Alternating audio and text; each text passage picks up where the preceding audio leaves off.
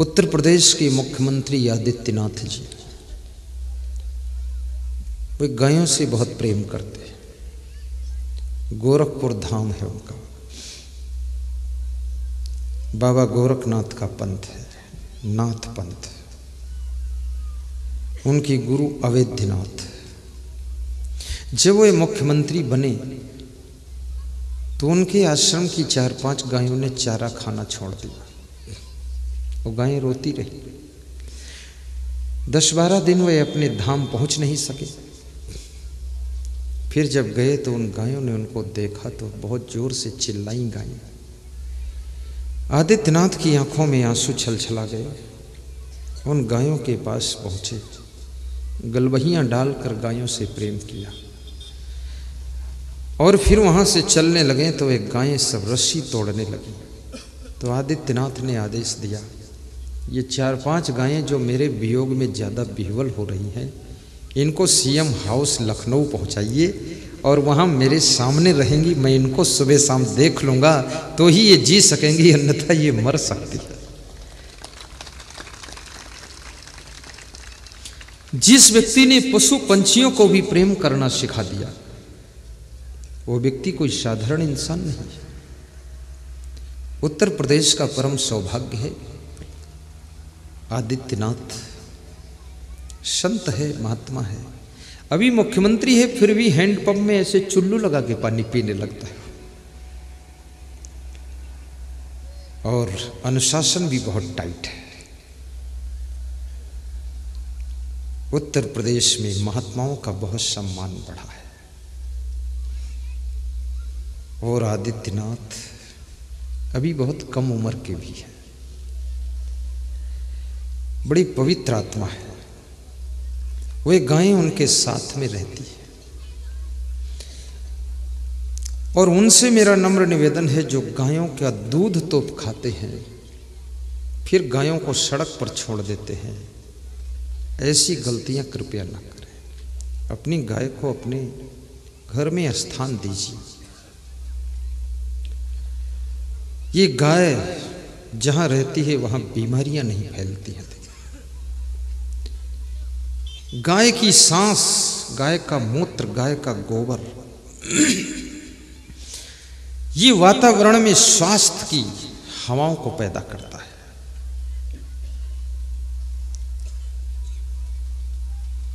और गौ माता का दर्शन करने से बड़ा पुण्य होता है और अपनी जननी माता के चरण छूने से बहुत पुण्य होता है। अपनी बूढ़ी माँ के पास बैठकर मीठी मीठी 10 मिनट बातें करो, इससे बहुत पुण्य बढ़ेगा। अपने बूढ़े पिताजी के पास में बैठकर उनकी मीठी मीठी बातों को सुनो, पुण्य बढ़ेगा।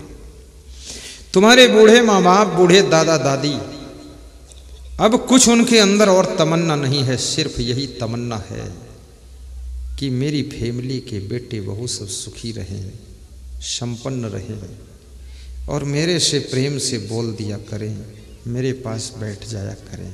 यही एक आशा उनके पास रहती है। बाहर से कभी आइए, सबसे पहले अपने माता पिता दादा दादी के पैर छुओ और उनसे पूछो कुशल मंगल तो है ना, कोई तकलीफ़ तो नहीं है। उसके बाद अपने बेडरूम में जाओ और अपनी सीता जी से मिलो जाकर। कितने लोग तो ऐसे हैं कि सीधे बेडरूम में जाते हैं और सीता जी से मिलने के बाद फिर वापस नहीं लौटते हैं, वहीं पर रावण बन जाते हैं और पड़े रहते हैं। ये क्या तरीका है? हम लोग अपने आश्रम नेपाल बॉर्डर जब जाते हैं तो प्रायः हम 10-11 बजे रात में ही पहुंच पाते हैं। सबसे पहले हम गुरु जी के रूम में जाएंगे, उनको प्रणाम करेंगे, साहिब बंदगी करेंगे, चरण छूएंगे, हम सब साथ। फिर जिनको हम छोटे गुरु मानते हैं, गुरुमन देव महाराज, उनको प्रणाम करते हैं। फिर दोनों को साथ में बिठाकर आधा घंटे बात करते हाल चाल।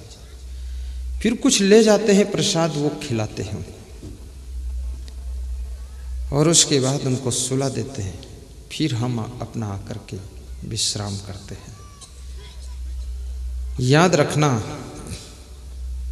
जो बूढ़ों का सम्मान करता है, बुजुर्गों का आदर करता है, अपने दादा दादी और माता पिता का ख्याल रखता है, उस व्यक्ति की उम्र बढ़ती है, उसका यश बढ़ता है, कीर्ति बढ़ती है, उसकी योग्यता बढ़ती है, और संसार में चाहे जिस दिशा में चला जाए उसी का साम्राज्य दिखाई देता है।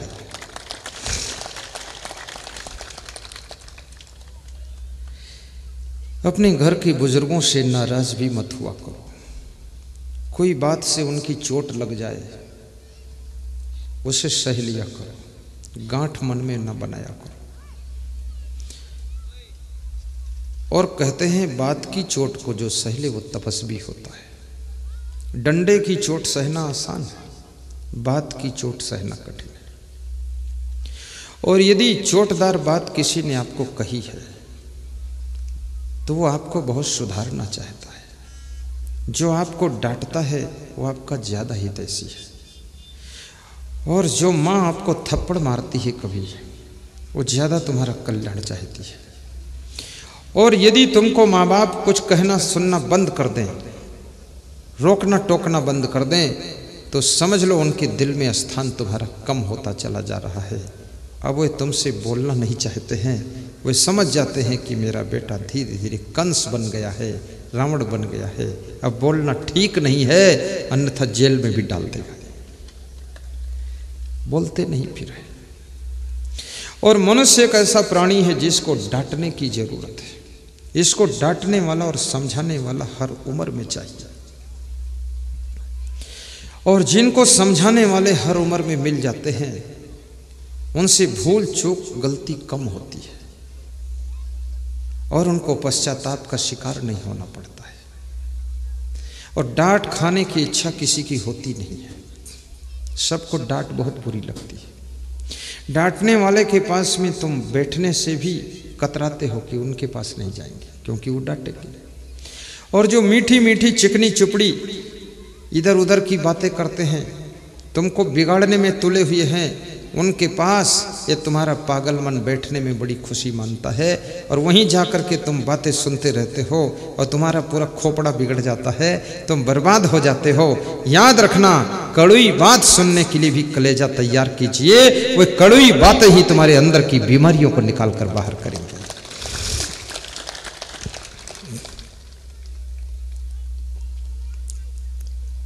क्षमा रूपम तपस्वी नाम। तपस्वी का सुंदर रूप यदि कोई है तो क्षमा है। अपने घर में भी क्षमा का प्रयोग कीजिए, और क्षमा मांगने में संकोच मत कीजिए। उदारता के साथ में क्षमा भी कीजिए। और यदि आपको किसी ने क्षमा किया है तो उसका उपकार मानिए कि उसने तुमको क्षमा करके एक चांस और दिया है।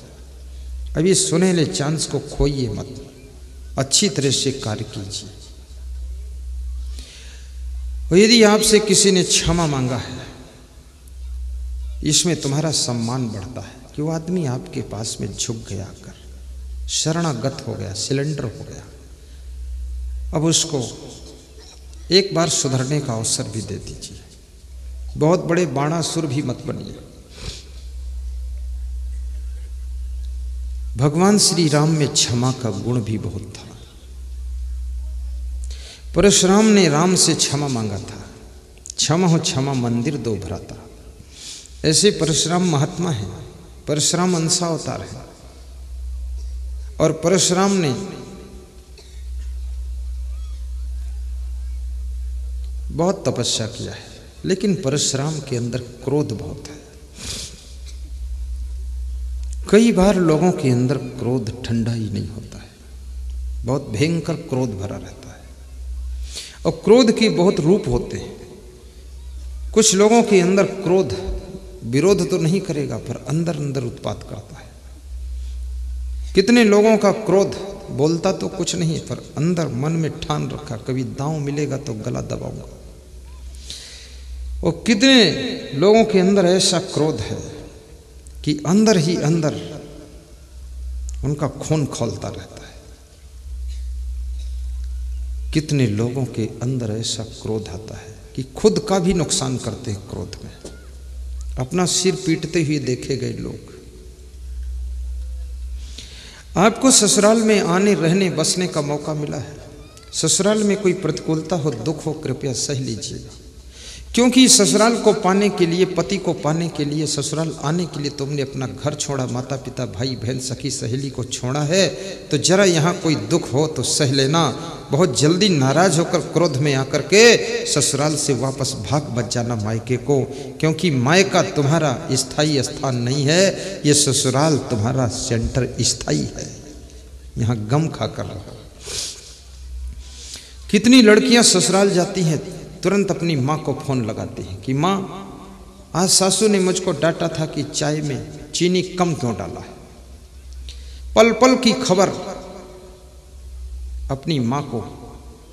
वो उसकी माँ ऐसे बैठी जैसे कोई पुलिस अधीक्षक बैठा है। वो बोलती है कि पूरी सेना भेज दूंगी, ससुराल में हाहाकार मचा दूंगी, तू डरना मत, दबना मत, राजपूतों की बेटी है, सुबह शाम लेटी रहो, कौन क्या कर सकता है। ये सब फालतू बात कर कर के अपनी बेटी को मत उकसाइए, उसको नम्रता सिखाइए और कहना चाहिए कि तेरी अब माँ तेरी सासू है। जैसे बचपन में मैं तुझको डांटती थी, समझाती थी, सिखाती थी, ऐसे अब तेरी सासू तेरे को डांट सकती है, समझा सकती है। उसकी गम खा लेना। यहाँ फोन मत कर, अपनी सासू के पैर छू और उससे माफी मांग और वहीं प्रेम से रह, इधर उधर की बात मत कर, समझाइए उसको।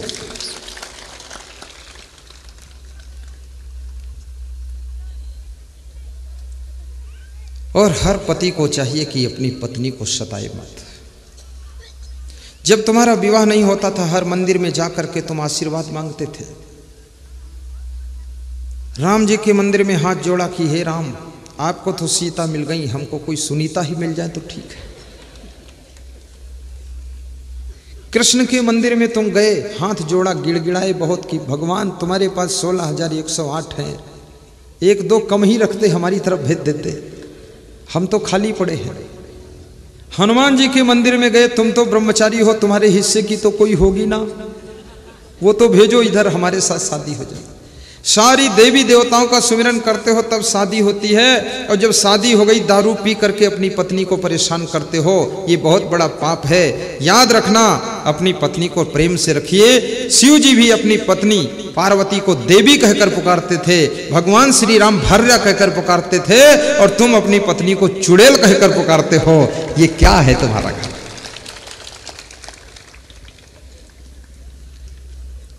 सबको अपने जीवन की बातें याद आ जाती है कि मेरे पति ने भी हमको चुड़ैल कहा है।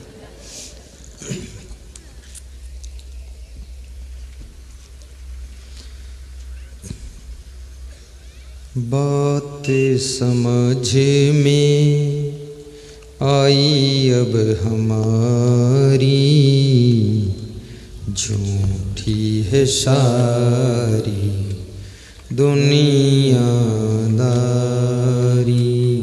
बात समझ में सब गाइए, आई अब हमारी, झूठी है सारी दुनियादारी। और न लो अब परीक्षा हमारी, आए शरण हम गुरु जी तुम्हारी। और न लो अब परीक्षा हमारी, आए शरण हम गुरु जी तुम्हारी। अंतिम आशा भरोसा तुम्हारा, थक गया हूँ चाहूँ और सहारा। अंतिम आशा भरोसा तुम्हारा, थक गया हूँ चाहूँ और सहारा। दृष्टि दया की करो मंगलकारी, दृष्टि दया की करो जोर से गाओ मंगलकारी। आए शरण हम गुरु जी तुम्हारी, बात समझ में आई अब हमारी, झूठी है सारी दुनियादारी।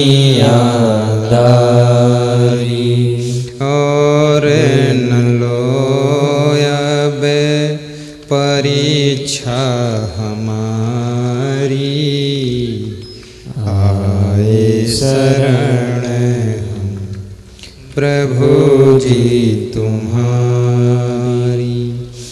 और न लो अब परीक्षा हमारी, आए शरण हम प्रभु जी तुम्हारी। मंगल भवन अमंगल है। सब गाइए, भाव से गाइए, मानस की चौपाइयाँ हैं, ये मिक्स कर रहा हूँ सब। अजीर बिहारी, मंगल भवन अमंगल हारी, जय जय जय गुरु देव तुम्हारी। मंगल भवन बहुत सुंदर स्थान है, मंगलहारी, जय जय जय गुरु देव तुम्हारी। नाथ सकल संपदा तुम्हारी, नाथ सकल संपदा तुम्हारी। मैं सेवक समेत सुत नारी, मैं सेवक। बहुत सुंदर, बोलिए। समेत सुत नारी, दीन दयाल बिरद संभारी, दीन दयाल बिरद संभारी। हरहु नाथ मम संकट भारी, हरहु नाथ मम संकट भारी। मंगल भवन धन्यवाद। साधु संतों की जय हो, भक्तों की जय हो। जय जय गुरु देव तुम्हारी, जय जय जय गुरु देव तुम्हारी।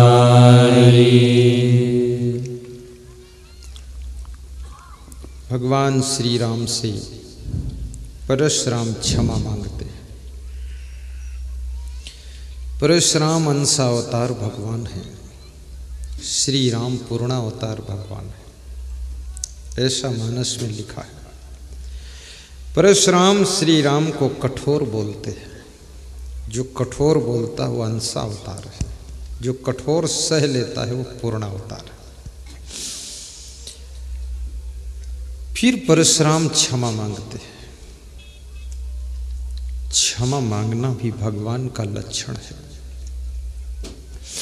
और क्षमा करना पूर्ण भगवान का लक्षण है। कभी कभी अपने पति से भी क्षमा मांग लिया करो। इस कलयुग में तो अधिकतर पति लोग हर हफ्ते में अपनी पत्नी से कमरे में क्षमा मांगते कि माफ करना देवी।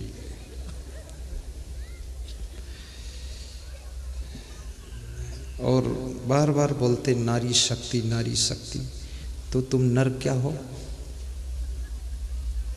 तुम शक्तिहीन हो क्या? इतना लोग कमजोर हो गए।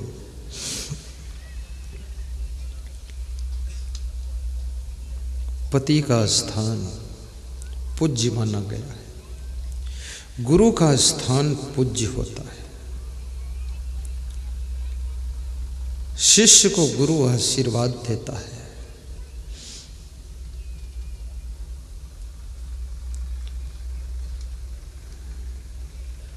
आपके घर की शोभा आपके रिश्तों की मर्यादा है।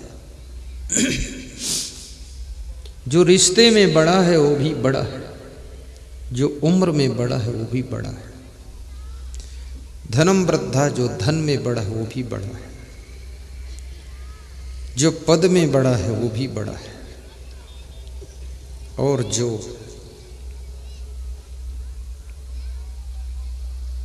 ज्ञान में बड़ा है वो सबसे बड़ा है। रिश्तों की मर्यादा को रखना, किसी का ऊंचा पद है उसकी भी मर्यादा का पालन करना, बड़ी विचित्र बात है। अभी यहाँ पर राष्ट्रपति आ जाए, श्री रामनाथ कोविंद, तो सब लोग अपने आप खड़े हो जाएंगे, क्योंकि राष्ट्र का पति है। प्रधानमंत्री भी यदि बैठा हो, राष्ट्रपति आ जाए तो वो भी खड़ा हो जाएगा, राष्ट्रपति, क्योंकि पद में बड़ा है। भोपाल में राष्ट्रपति रामनाथ कोविंद आए थे, तो उन्होंने मुझे आमंत्रित किया था, तो मैं उनके कार्यक्रम में शामिल हुआ। तो उन्होंने मुझसे कहा कि दीप प्रज्वलन गुरुजी आप कीजिए। तो मैंने कहा इसमें 5-6 दीपक है, तुम भी एक जला दो। बोले हम कितने दीपक जलाएं पर अंधेरा ही रहेगा, अगर संत कोई दीपक जला दे तो दिल में भी उजाला हो जाएगा। और उनका स्वभाव भी मुझे बहुत सरल लगा।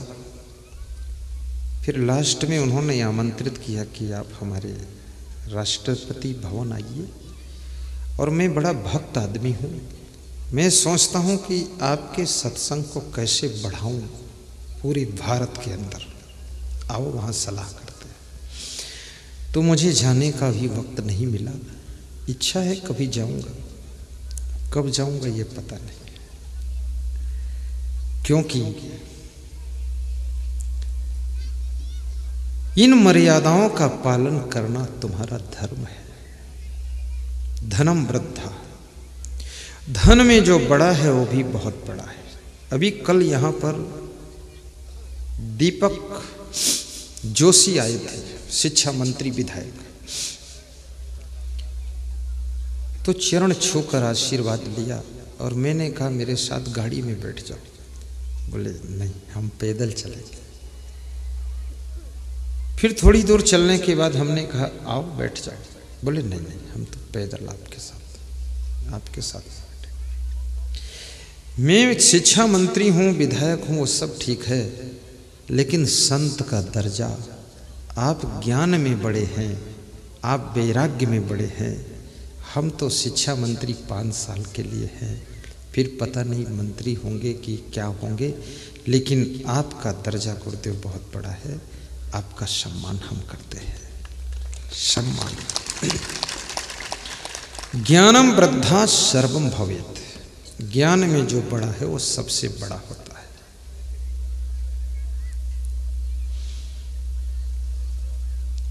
उम्र में जो बड़ा है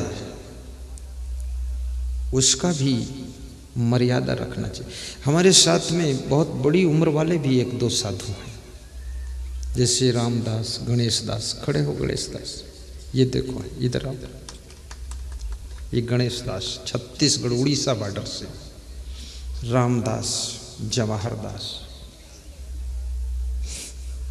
ये आ रहे। तीन को मैं रोज हाथ जोड़ता हूँ। हालांकि ये मेरे शिष्य हैं, इनको गुरु मंत्र दिया हूँ, कंठी माला पहनाए, पर मैं हाथ जोड़ता हूँ। ऐसे कहता हूँ गणेश जी ठीक हो, आनंद है, तो ये बहुत खुश हो जाता है। आओ ये देखो आशीर्वाद। ये हमारे गणेश जी एक माला, उड़ीसा बॉर्डर से हैं ये। आरती की सेवा करते, आरती बनाना, आरती देना। ताली बजा।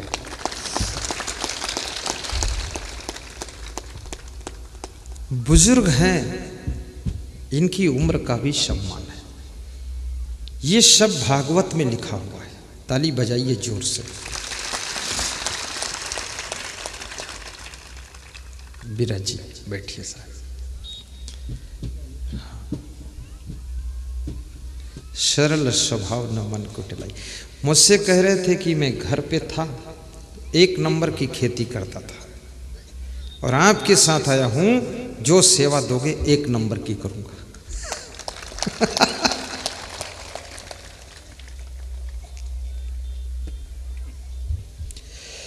और ये भी याद रखना कि दुनिया तुमको बड़ा माने तो अच्छी बात है, जिस दिन तुम खुद को बड़ा मान लोगे उसी दिन बुरी बात हो जाएगी। स्वयं कभी अपने को बड़ा मत। हीरा कबहू नहीं बोलता, लाख टका मेरा मोल। हीरा कभी नहीं कहता है कि मेरा लाख टका मोल है, कीमत है।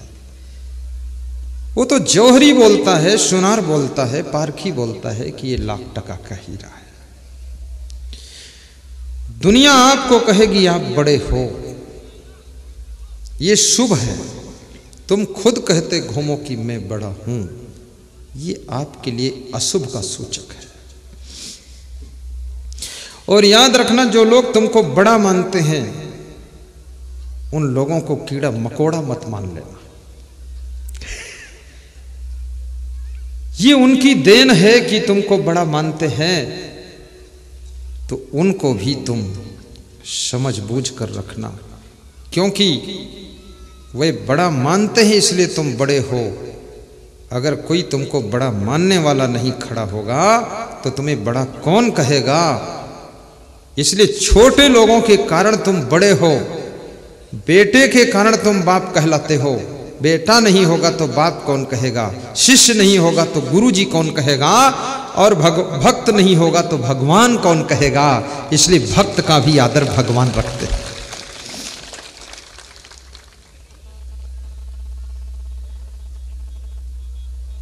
बड़ा हुआ तो क्या हुआ, जैसे पेड़ खजूर। गा दो, गाओ। सब अलग अलग खजूर तोड़ रहे हैं, एक साथ गाइए। बड़ा हुआ तो क्या हुआ, जैसे पेड़ खजूर, पंथी को छाया नहीं, फल लागे अति दूर। आपके बड़े होने से फायदा किसको किसको हो रहा है, वह बड़ा होना व्यर्थ है जिसके बड़प्पन से किसी को लाभ न हो।